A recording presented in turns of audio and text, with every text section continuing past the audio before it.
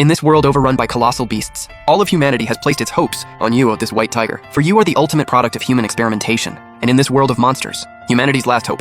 Your body carries the genes of countless ancient beasts, and is fused with the bloodline of Godzilla, king of the monsters. And so every day, humanity assigns thousands of people to groom your fur, and each time they bring over 100 kilograms of meat to feed you. But these past few days, you have suddenly noticed that something seems to have grown inside your body, and all the energy you absorb from eating is being siphoned away by this thing. Worse still, even though you've been howling every single day, the research team still hasn't considered that you might not be getting enough food. Only Henry, who's only visited a few times, and the red vial he brought you.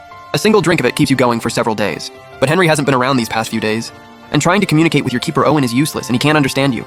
You're nearly starving. Honestly though, this isn't really Owen's fault. As far as he's concerned, feeding you 1/10 of your body weight every day, how could that possibly not be enough? You'd at least be half full, surely! So it simply never occurred to him. Instead, he assumed it was something else interfering with your mood. And now, your eyes red with hunger-induced fury, you finally snap. With a roar that shakes the heavens, you launch yourself upward, and effortlessly clear the laughably inadequate fence. Once again, the escape alarm is triggered. Warning, White Tiger is out. White Tiger is out. As the red warning klaxon blares, every single person in the control center remains completely calm. Not that their composure is unreasonable. You are quite simply the most intelligent and docile creature they have ever encountered. By comparison, never mind the carnivorous dinosaurs. Even the relatively mild-mannered Triceratops and Ankylosaurs don't necessarily cooperate. Next to them, you are perpetually calm and quiet, seem positively friendly. I recall, the White Tiger still has a GPS tracker installed. Pull it up immediately and let's see where he's gone, Claire ordered. On it, pulling it up now. Something seems off. Quick-eyed Lori immediately threw the signal data onto the main screen, then stared at the movement path in stunned silence. Every person in the room who looked up at the screen had their jaw drop in that instant. What the am I seeing this right?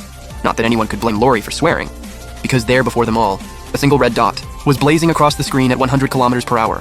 More incredible still, this red dot was running through dense forest, and its path was a perfectly straight line. Claire, too, could see something was very wrong, but having grown into her role as operations director, she kept her composure and began issuing instructions. Pull up every piece of surveillance footage along the route immediately. I want to see the White Tiger's current situation in real time. Also, notify all personnel in its direction of travel to evacuate, and use electronic signals wherever possible to drive the dinosaurs away from its path. Prevent any contact, as Claire began, issuing calm and methodical orders. The hall, which had been tense moments before, was once again filled with the frantic clatter of keyboards. A sound that was ordinarily quite irritating to the ear somehow seemed almost pleasant right now. Where's Dr. Wu? I need to speak with him. Claire turned to the female assistant nearby. She didn't know much about the White Tiger herself, only that it was the latest engineered hybrid organism. She suspected Owen even knew more about it than she did. After all, she was operations director, not head of animal husbandry. She had a general understanding of these creatures, but far from an expert level one. Dr. Wu received a phone call and had to go to Chicago. He won't be back for about a month. Damn, hearing this unwelcome news. Claire's expression darkened. She gave her own palm a frustrated thump. She found herself now cursing the construction workers. Why was the wall taking so long? Back when you had first escaped, they had decided to build a wall 50 feet high. 4 months had passed, and the thing was a measly 25 feet. Those workers adhered rigidly to their 8-hour workday, downed tools the second their shift ended, and there was absolutely nothing she could say about it. If it had been workers from back east, it would have been done in 2 months. Notify the containment unit to dispatch a capture team. Gear up and bring him back. We've done it once before, remember? This is just another repetition of that. Claire said the words without fully believing them herself. Capturing a 300-kilogram tiger was a world apart from a 3-ton tiger-shaped monster. Completely different things. But fine.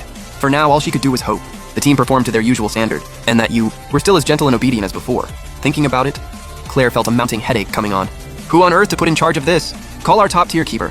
Ask him exactly how he's been managing our precious asset. No need to call. I'm already here. The voice came first. Then Owen strode in with Davis, walking in as if they owned the place. The black-suited bodyguard who had been about to stop them took one look at the shaved-headed, hulking figure before him, who stood half a head taller, and stepped back 2 paces. But Claire was not about to back down either. With barely concealed fury on her face, she strode right up to him. I want to know just how our great headkeeper has been managing our prized asset. Faced with Claire's attack, Owen had a belly full of grievances of his own. And I want to know exactly what kind of tiger can grow to 16 feet in length, complete with the title Far East Mega Tiger bestowed upon it. And do you know what?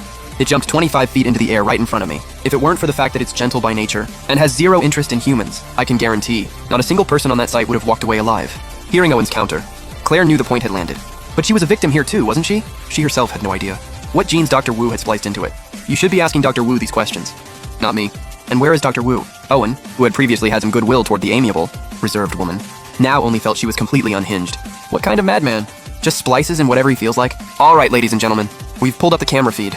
You can come and take a look. Lori's words broke the tension between them. Both parties took the opportunity to stand down and turn their attention back to the main screen. Through the cameras originally mounted in the trees, it was unmistakably clear that the entire forest had been rammed clean through, leaving a massive corridor. The sight was nothing short of shocking. Many of the towering trees that had once grown entwined, lush with interlocking branches, were now brutally displaced. Their thick trunks snapped in jagged, uneven fractures, splinters of wood spraying from the breakpoints, as if something of overwhelming, unstoppable force, like a massive bulldozer, had just plowed straight through. The snap trunks lay scattered across the ground in all directions, the foliage torn and chaotic. The once quiet natural forest ecosystem had been shattered in an instant, replaced by nothing but wreckage and devastation. The earth had been churned into chaos, rocks of all sizes strewn across it. Throughout, the air was thick with the mingled scents of shattered wood and freshly turned earth. He did all of this? Owen found it hard to believe. In all the time he had spent with the white tiger, he had come to know clearly that if it came across even a small sapling, it would gently step around it, as though harming any small living thing was a sin. Nothing like this. Charging ahead blind, crashing through everything. I think so. Claire raised both hands to lightly cover her lips, suppressing an almost involuntary gasp of awe. I'd almost say, this looks like a rampaging Indominus Rex. Look at that. At Davis's words, all three sets of eyes shifted to a fallen tree on the edge of the screen. At this moment, your whole body feels wretched. That sensation of wrongness, like countless tiny creatures crawling freely inside you, from skin to muscle to bone. Not one part of you untouched. This abnormal reaction of yours must be coming from the unknown gene that was spliced in. Roar. Another howl aimed at the sky, sending the last remaining birds in the forest scattering in all directions. As things stand for you right now, this is utterly pointless. It even burns through what little energy you have left. But you can't help it. Every time the agonizing pain surges through your body, you instinctively let out a roar, because you can feel that it helps to some degree to ease the suffering. Ever since your encounters with Owen, your body has continued growing at its previous rate, reaching a size now that leaves everyone speechless. Even more fortuitously, you've discovered that you seem to be able to activate thermal vision and optical camouflage, just like the Indominus Rex. Roar. From the moment you burst out of the enclosure, you've been frantically scanning for prey, locking onto a direction. Through your thermal vision, you can see a large cluster of enormous heat-generating bodies to the south. Obviously dinosaurs.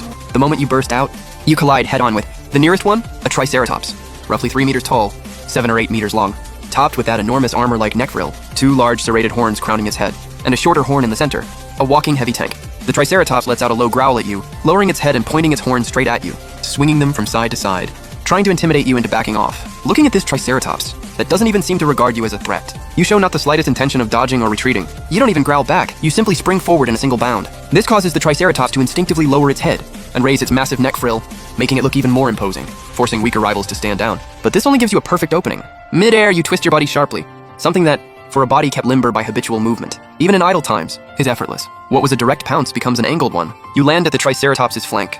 The moment you touch the ground, you immediately spin your body. The natural limb coordination of a feline, on full and glorious display. And in the very instant you land, you launch again. What had been a face-to-face confrontation has become you slamming into the side of the Triceratops' neck from the flank. And as the Triceratops tries to turn back around, you are already upon it, faced with the upper neckline that happens to be exposed from its lowered head. You clamp down with a savage bite. Feeling the sudden pain at its neck, the Triceratops reacts instantly, trying to use its neck frill to cover and shield that vulnerable neckline again. But nothing is the same as before. You already have its throat locked in your jaws, and your 2 enormous claws work in tandem. The left paw drives hard against the Triceratops' head as it tries to rear up, while the right clamps down, pinning firmly onto the Triceratops' body. In that moment, over 5 tons of bite force explodes into action, enough to crush even a steel plate clean through.